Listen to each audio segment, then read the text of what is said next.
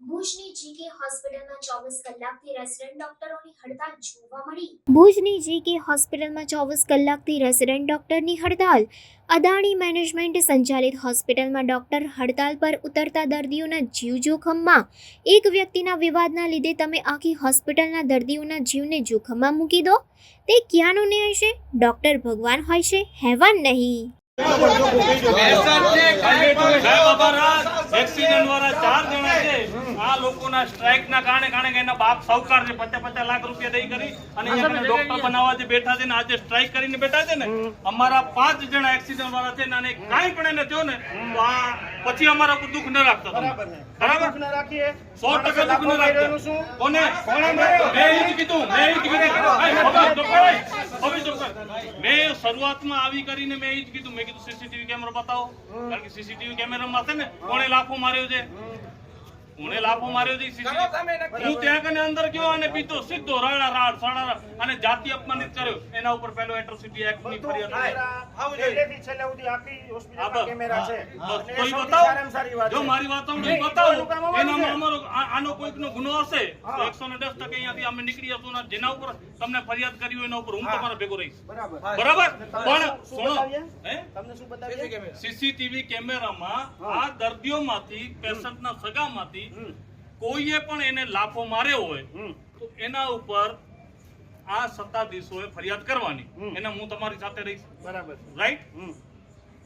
હવે જો આ લોકોનો કોઈનો ગુનો નહીં હોય છતાં પણ આને જે સ્ટ્રાઇક કરી છે દાગ ધમકી કરી છે એટ્રોસિટી મને જાતિ અપમાનિત કર્યો છે તો તમે જવાબદારી લ્યો છો કે એને અહીંયાથી ડિસમિસ કરશો તમે MBBS માંથી ના એવી જવાબદારી કાયદેસર તમે એમ કેમ કહી શકો તમે એમ કેમ કહી શકો કે ભાઈ આ લોકો લાફો માર્યો હું તો તમને કહું છું મને સીસીટીવી કેમેરો બતાવો સીસીટીવી કેમેરો હા બસ તો બતાવો ને કોણ આનામાંથી કોઈ છે બતાવો કે આનાનો સગાવ છે એ તો હજી અમે આવ્યા છીએ અને છેલ્લા કેટલો કહેવાનો મતલબ એ છે કે ડોક્ટરને કોઈએ લાફો માર્યો એટલે સ્ટ્રાઇક ઉપર ઉતરા તો સીસીટીવી કેમેરો બતાવે ને અને બીજી વસ્તુ અને એનો ગુનો હશે તો તમે એના ઉપર ફરિયાદ લેશો ને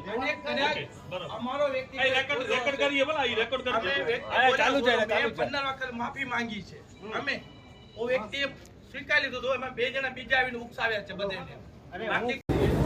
આજે જીકે જનરલ હોસ્પિટલમાં કાલે રાતના 11 વાગ્યાથી માંડી અત્યાર સુધી જે રેસિડેન્ટ ડોક્ટરો છે એ હડતાળ ઉપર છે અને કન્સલ્ટન્ટ ડૉક્ટરો જે સવારના કે સાંજના ડૉક્ટર પેશન્ટને જોવા માટે આવે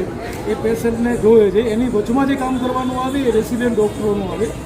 એ રેસિડેન્ટ ડૉક્ટર કાલે રાતથી 11 વાગ્યાથી ધરણા ઉપર અને આ કોઈ પહેલી વખત ધરણા ઉપર નથી ગયા